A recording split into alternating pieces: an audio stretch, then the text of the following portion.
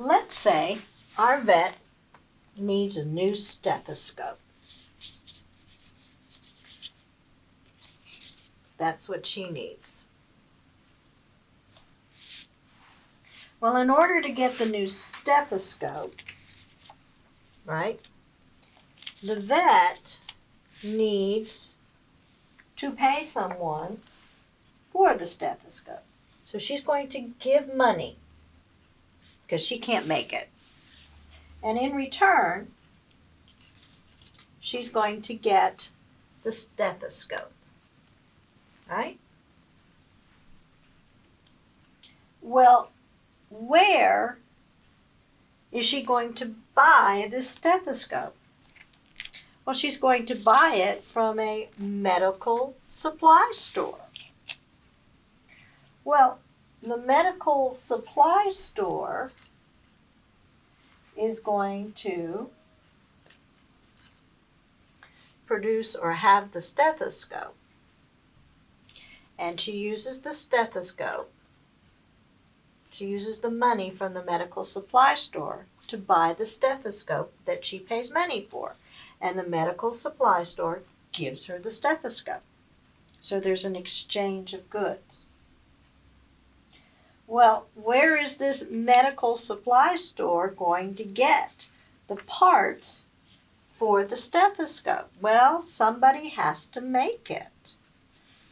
And the medical supply store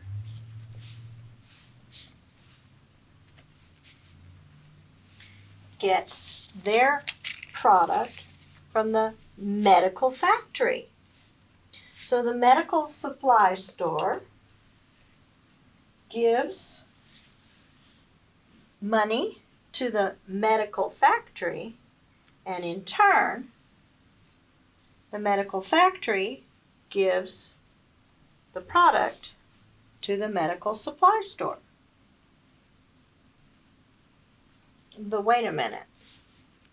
Where is the steel coming from and the rubber coming from to make at the medical factory the stethoscope that medical factory gives to the medical supply store to sell to the vet? Well, the medical factory pays the steel factory who's making the steel, and in exchange, the steel factory gives the steel to the medical factory so that they can make parts of the stethoscope.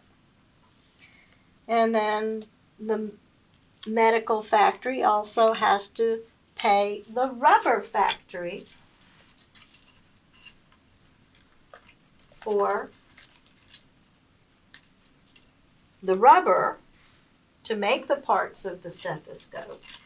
And in return, the rubber factory gives the medical factory the rubber to make the stethoscope, which is then given to the, not given, but sold to the medical supply store, which in turn allows the vet to buy a new stethoscope. There are a lot of people who are involved in this goods chain. This is a chain of people who make things, who are specialized, who sell parts of a product, and those people at that parts of a product put them together and sell them to somebody else so that we as consumers can purchase them. This is all part of our goods chain.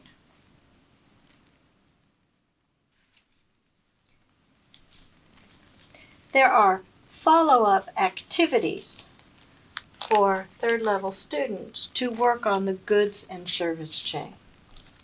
So, number 1, take the cards for Story 1 and create a goods and service sequence that begins with the production of wheat and finishes with the production of bread. Using the pictures, distinguish between the raw goods and the finished product. List the people who support this chain.